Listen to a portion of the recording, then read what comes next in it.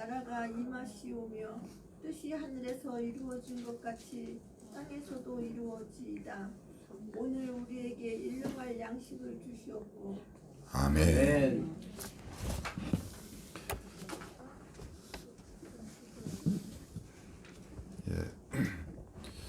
늘 일용할 양식을 주옵시고라는 기도하지만은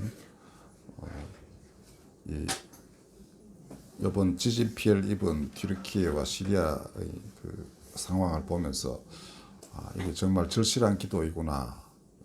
그 상황에 처해지면 이 기도야말로 정말 간절할 수밖에 없겠다 하는 생각이 들었습니다. 양식뿐 아니라 입을 것 혹은 잘 곳 이 다 필요하죠. 그죠?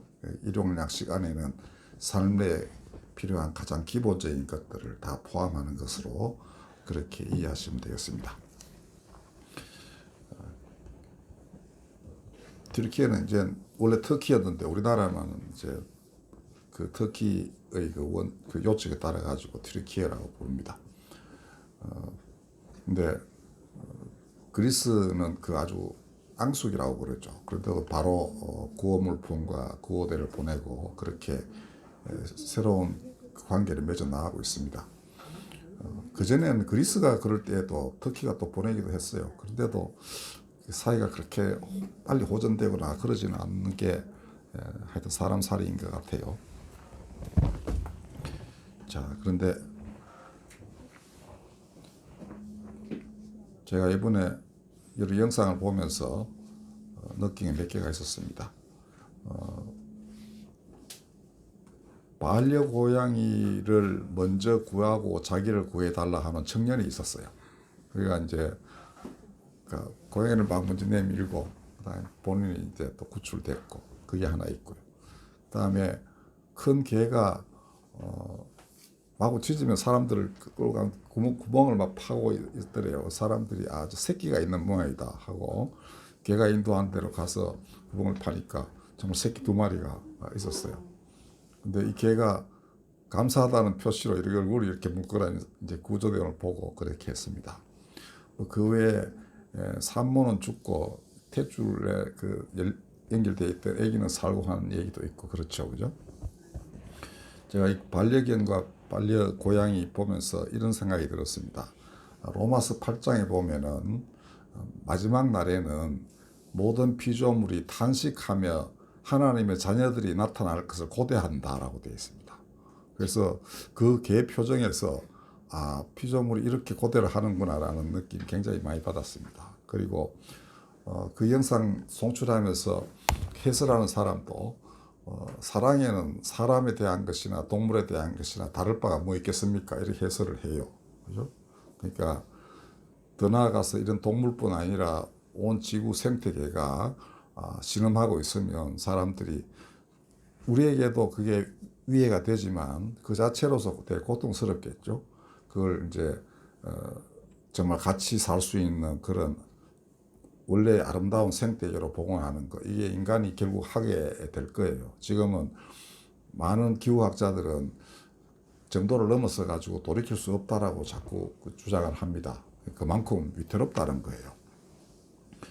영어로는 처음에는 그냥 기후 위기 이렇게 표현하다가요. 지금은 기후 긴급 상황, 기후 비상, 그러니까 이머전시라고 표현을 해요. 클라이밋 크라이시스에서부터 클라이밋 이머전시 이렇게. 지금 당장 응급실로 데리고 가지 않으면 잘못 간다는 거예요. 다 간다는 겁니다.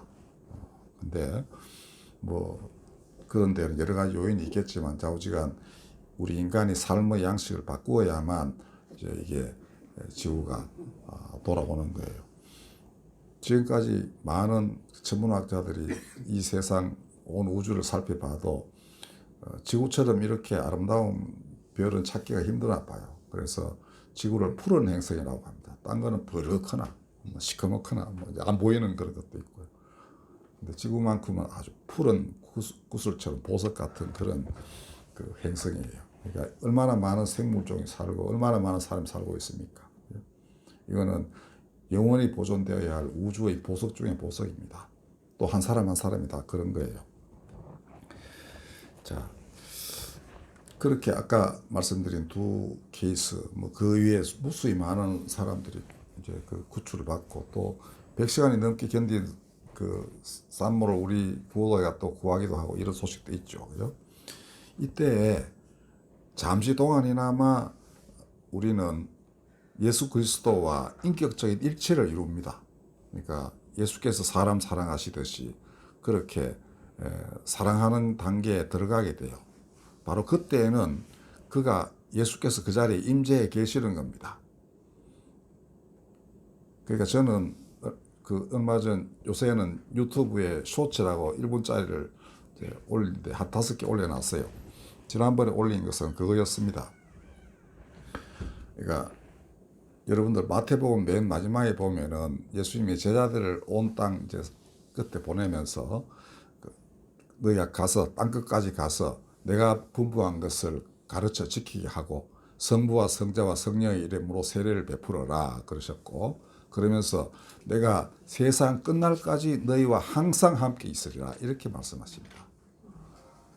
그러면 우리가 말하는 재림은 뭐냐 당연히 생각이 들죠.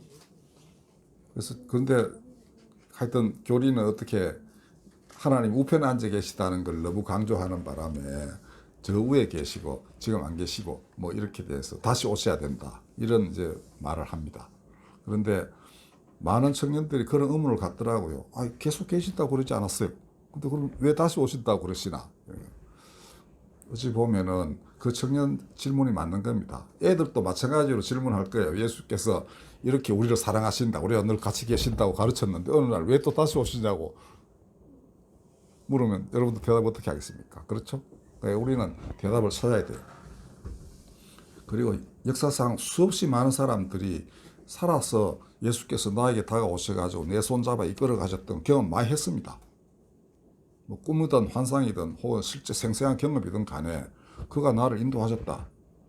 그리고 단순히 그가 그 피를 내가 그 피가 대속의 피인 걸 내가 믿고서 구원받았다. 이걸 넘어서서 인격적으로 예수께서 감동을 주셔가지고 내가 너와 함께 있다, 동행하고 있다. 이 경험이 너무너무 많습니다. 그렇다면 도대체 우리는 재림을 어떻게 해야 될 것인가? 저는 이번 사건에서 이렇게 설명드리고자 합니다. 제가 그때 표현하기를 재림은 그리스도와 인격적으로 일치를 이룬 사람이 대거 출현하는 것이다. 그럼 그들이 누구이냐? 피조물이 탄식하며 고대하는 로마서가 말하고 있는 바로 그 하나님의 아들들이다. 그럼 왜 대거 출현하는가? 그리고 예수님이 그 마지막 때의 징조 중에 전쟁과 기근과 지진과 전염병이 있을 것이라고 말씀하였습니다. 누가복음에는 그 4가지가 나와요. 누가복음 21장에 보면은 인자가 다시 오실 때 이런 큰 재앙이 전 세계적으로 임할 것이다라고 하셨습니다. 이 원인은 우리가 알 수 없습니다. 그러나 아까 기후위기 말씀드렸듯이 인간의 누구에게나 그 책임이 좀 있는 거예요. 그 다음에 전쟁 이거는 왜 보면은 인간의 욕망 때문에 일어난 인재 아닙니까? 그렇죠? 우크라이나 전쟁 보십시오. 오직 푸틴 하나 때문에 전 세계를 지배하겠다는 욕망 때문에 수많은 사람들이 고통받고 죽고 이렇게 하는 것 아닙니까? 기근은 얼마든지 그 해소할 수 있다고 되어 있습니다. 많은 학자들이. 누가 그 아주 유명한 학자예요. 그렇게 표현했더라고요. 그러니까 이 월가, 그러니까 미국 이제 그 돈이 제일 많이 돌아다니는 세상, 그다음에 아프리카 굶주린 곳, 거기는 물도 부족하고 그러니까 물이 부족하면 제대로 된 물 못 먹으면 대략 15세 이전에 굉장히 많이 사망합니다. 그다음에 교육 그 수준이 낮으면 또 생활질이 떨어지죠. 월가에서 그 아프리카 가는데 15시간이면 간다. 그러나 여기 있는 돈이 이까지 가는 데는 아직도 요원하다. 어째 인간이 일어나는 거죠. 네? 맞죠? 그냥 비행기 타고 가면 15시간에 간다는 거예요. 사람은 가는데 왜 이 돈이 일로 안 가느냐? 가난의 종말인가 뭐 그런 책인데요. 누가 봐도 명백한 거. 그러니까 모기장만 줘도 말라리아로 인한 사망률이 현저히 떨어진다. 와이즈맨에서 그 운동을 하고 있습니다. 모기장 10,000원만 한번 가잖아요. 그러면 한 가족이 그냥 말라리아부터 보호받는 겁니다. 우리나라에서도 많은 곳에 이제 그 샘물 파주기 운동도 하고 그러는데요. 하여튼 세계는 이렇게 불균형한 상태에 있습니다. 기근 참 피하기 힘들죠. 지진은 뭐 우리가 감당 안 되는 그런 자연재해입니다. 근데 뭐 옛날부터 늘 지진 나는 곳은 아니까 문제는 그걸 알면서도 미리 대처를 못한다는 게 문제죠. 그러나 인간이 할 수 있는 최대한의 그 방어 체계는 갖추어야만 마땅하지 않겠습니까? 그죠? 아마 그 터키와 시리아는 그게 제대로 그 정비가 안 됐던 것 같고, 그래서 터키는 독재자가 대통령인데 그 사람도 강압적인 통치를 하다가 이제는 아이고 좀 문제가 많았다 이렇게 시인을 합니다. 근데 제가 봐도 그 도로 끊어지고 뭐 이렇게 해도 헬리콥터로 이렇게 공수하면 될 것 같은데 안 하는 것 같더라고요. 그런 보도도 없고. 하여튼 그 나라의 책임도 없지는 않다고 봅니다. 그렇지만은 이건 어찌 보면은 이제 지진은 어디서나 날 수 있지 않습니까? 우리나라도 났고 한동대학교도 지진 나가지고 막 여든 났죠. 그러니까 누구나 다 인류는 공동으로 대처해야 할 게 이런 자연재해입니다. 누구 책임 따질 수 없는 거예요. 그죠? 그다음에 선한 사람, 악한 사람 가리지 않고 옵니다. 이거는 어쩔 수 없죠. 자, 그때 하여튼 가리지 않고 종교, 성별, 연령 이런 거 가리지 않고 구호하고 구출하고 또 그게 또 그런 아무런 구분도 없이 누구나 가서 그 일을 하고자 하는 마음이 들고 이런 거 아니겠습니까? 그죠? 그래서 어찌 보면은 이 대재난의 때에 사람들이 예수 그리스도 닮아가는 겁니다. 그래 보면은 예수께서 이 큰 네 가지 재앙이 대거 그러니까 전 인류적으로 임할 것이다라고 하신 것은 이유가 있다고 봐요. 예수님도 보시기에 그냥 편안할 때는 하나님 안 찾는다는 겁니다. 근데 엄청난 위기가 닥치면 거기 외에는 살 길이 없지 않습니까? 그러면 우리가 어떻게 해야 되지? 서로 협력할 수밖에 없다. 이렇게 해서 새로운 마음이 일어난다는 겁니다. 아마 그걸 잘 아셨던 것 같아요. 그리고 세상은 그렇게 될 수밖에 없다는 겁니다. 인간의 이 욕망 덩어리, 인간이 이 해내는 행태를 보면은 결국 이런 일이 오는 거예요. 그러면은 그때야 비로소 사람들 마음속에 하나님을 찾고 정말 예수님을 닮아야 되겠다. 그분이 제자 사랑하시듯이 서로 사랑하는 게 옳겠다 하는 마음이 든다는 겁니다. 그래서 딱 하나의 계명만 주었습니다. 내가 너희를 사랑한 것 같이 너희도 서로 사랑하라. 그 이외에 길 없다는 겁니다.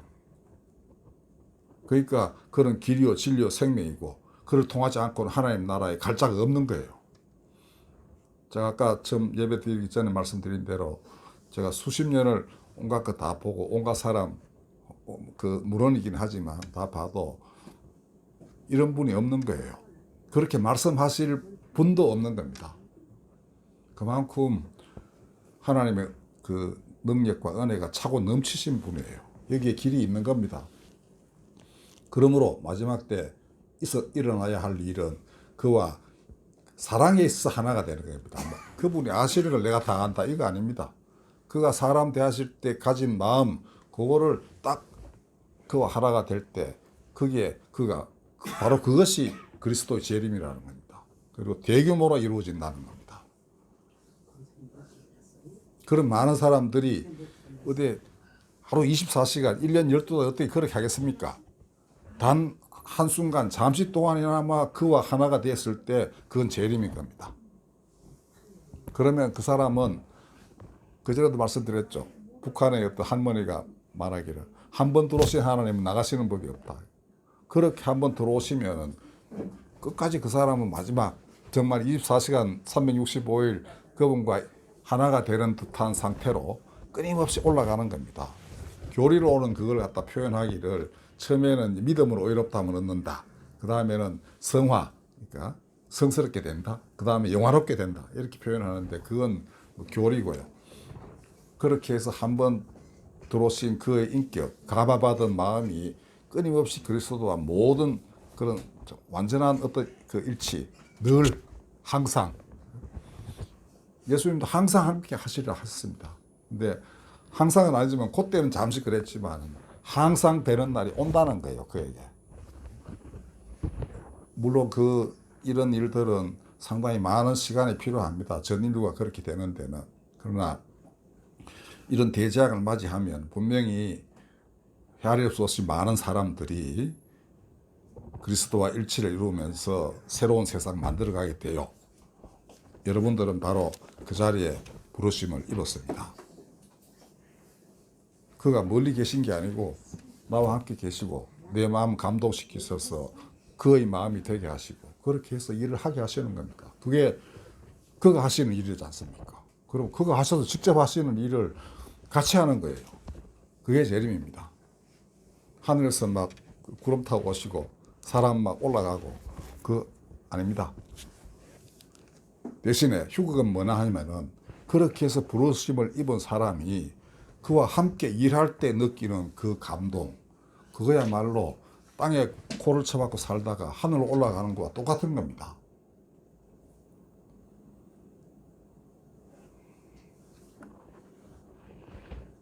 이렇게 대재앙이 임할 때 오히려 하나님의 사람들이 나타나고 정말 예수 재림이라고 할 만한 일이 일어나는 것을 바울이 미리 말해놨습니다. 로마서 5장 20절에 보면은 죄가 더한 곳에 은혜가 더욱 넘쳤나니 이렇게 말했습니다.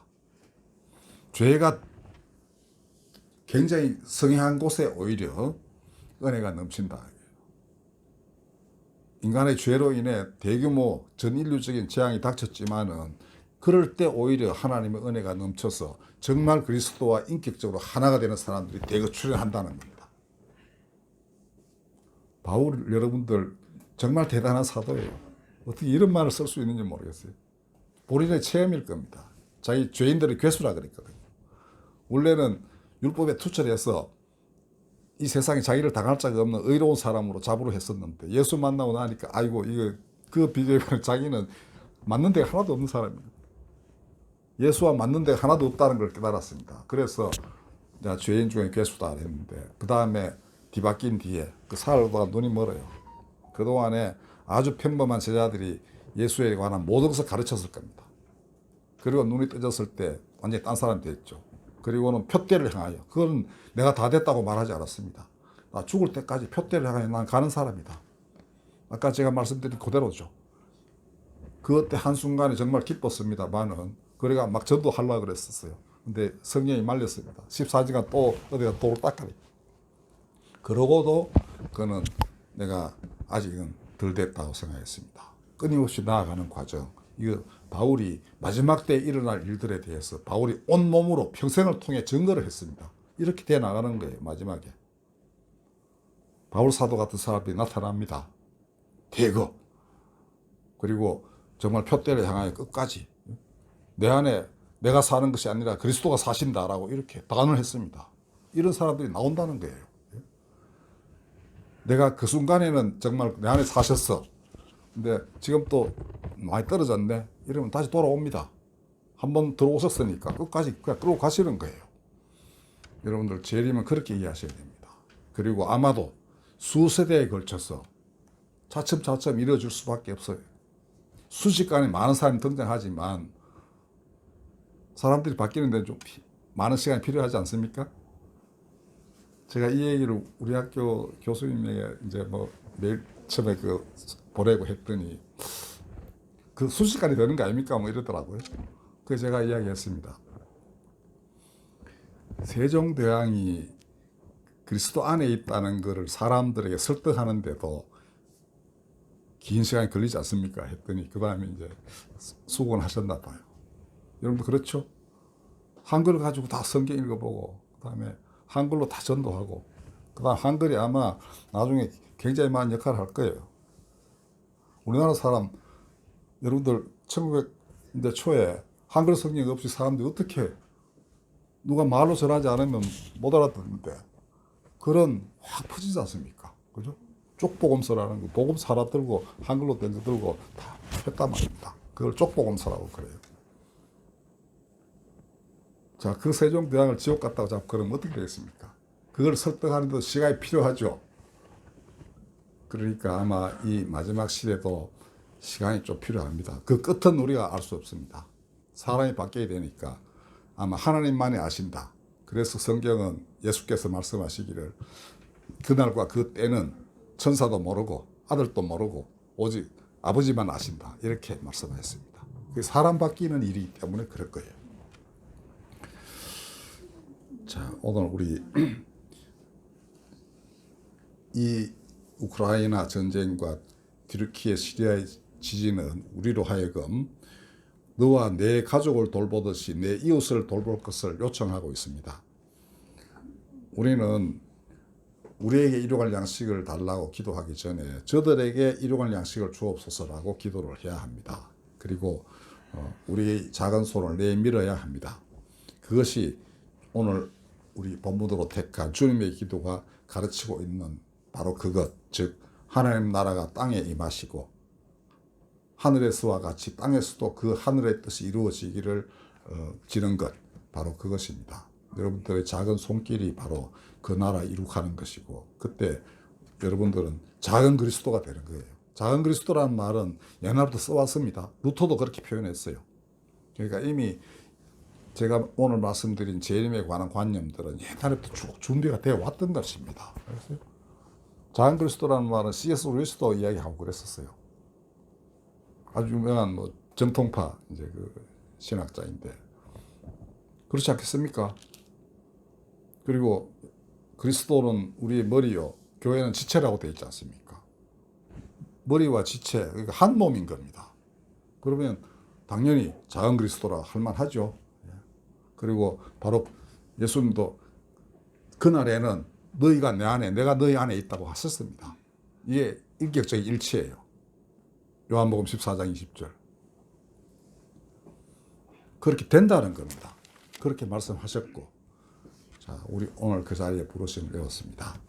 그 광고란에 보면은 우리 와이즈맨 한약크루 전용기 와이즈가 나이가 84인데요. 저기를 다 찾았어요. 터키 대사관에 들어가가지고 자료를 다 찾아서 돕는 방법 자기 나름대로 딱 정리를 해서 제가 우리 그 카톡방에 올렸는데요. 거기 나와 있습니다. 돈은 그 헌금도 좋지만 돈은 가가지고 또 물건을 사야 되는 절차가 필요해요. 근데 물건은 바로 그냥 그 터키 비행기 편으로 바로 간답니다. 근데 그거를 또 대행해주는 우리나라 물류회사가 있더라고요. 그러니까 우리나라가 아주 독특한 나라입니다. 그러니까 물류회사에서 말한다 하면 그만 아닙니까? 근데 이 대행해서 물건을 다 이제 그 모으는 그 회사가 또 있는 것 같아요. 그래서 그 나온 대로 뭐 집에 한두 개는 다 있지 않겠습니까? 그죠?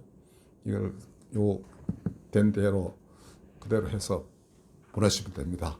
그래서 저도 오늘 새벽에 주 만들기 전에 제가 옛날에 이제 뭐 쓰던 침낭 뭐 이런 거 다 해가지고 한 박스 만들어 놨는데요. 그런데 신속하게 협조해서 보내시기 바랍니다. 뭐 우리가 돈은 없지만 이거는 충분히 할 수 있으라고 생각이 됩니다. 기도하겠습니다.